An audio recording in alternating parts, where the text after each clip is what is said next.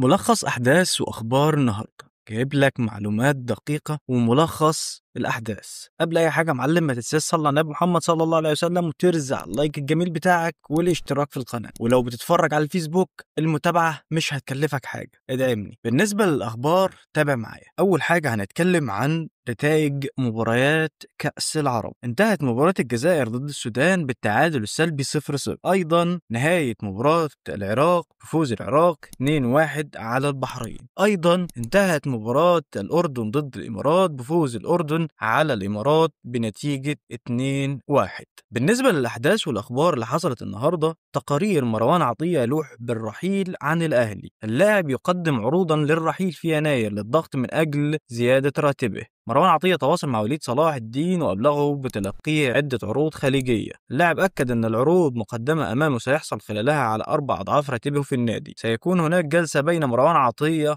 ووكيل أعماله في حضور مسؤولي الأهلي بعد أفريقيا لحسم موقفه. تقارير وكيل اللاعبين عرض على حسين الشحات الانتقال إلى بيراميدز، لكن اللاعب فضل تأجيل المناقشة لحين وضوح موقفه مع الأهلي. مصدر بالأهلي: حسين الشحات يخوض المرحلة الأخيرة من برنامجه التأهيلي في العضلة الخلفية، وحتى الآن غير جاهز طبيا لمباراة الفريق المقبلة أمام إنبي بكأس الرابطة. مصدر في الأهلي: هناك نية لتعديل راتب محمد هاني ليتناسب مع نسبة مشاركته في المباريات، ولكن في نهاية الموسم الجاري، وفقا للناقد الرياضي خالد الأتربي. عندي معلومة من شهر إن حسام عبد المجيد وأخوه بلغوا الزمالك إن اللاعب ممكن يرحل بدون كوبري باستغلال بنود في العقد حسام يعرفها، وده ممكن يكون إشارة إن الكلام اللي بيتقال عن العقد صحيح ولازم رد رسمي عليه. موقع كورة: وقال مصدر في تصريحات خاصة لكورة إن إدارة الأهلي تواصلت خلال الساعات الماضية للمرة الأولى مع الرجاء وطلبت شراء المدة المتبقية في عقد يوسف بالعمري. وأضاف المصدر: سيد عبد الحفيظ عضو مجلس الإدارة عقد جلسة مع وكيل بالعمري خلال وجود الفريق في المغرب لخوض مواجهة الجيش الملكي في الجولة الثانية من دوري أبطال إفريقيا، والتي انتهت بالتعادل 1-1. وأوضح تم التواصل إلى اتفاق مبدئي بشأن قيمة العقد السنوي مع اللاعب ووكيله على أن يوقع بالعمري لمدة 4 سنوات ونصف إذا حصل الأهلي على موافقة الرجاء البيضاوي. وشدد المصدر على أن الأهلي طلب شراء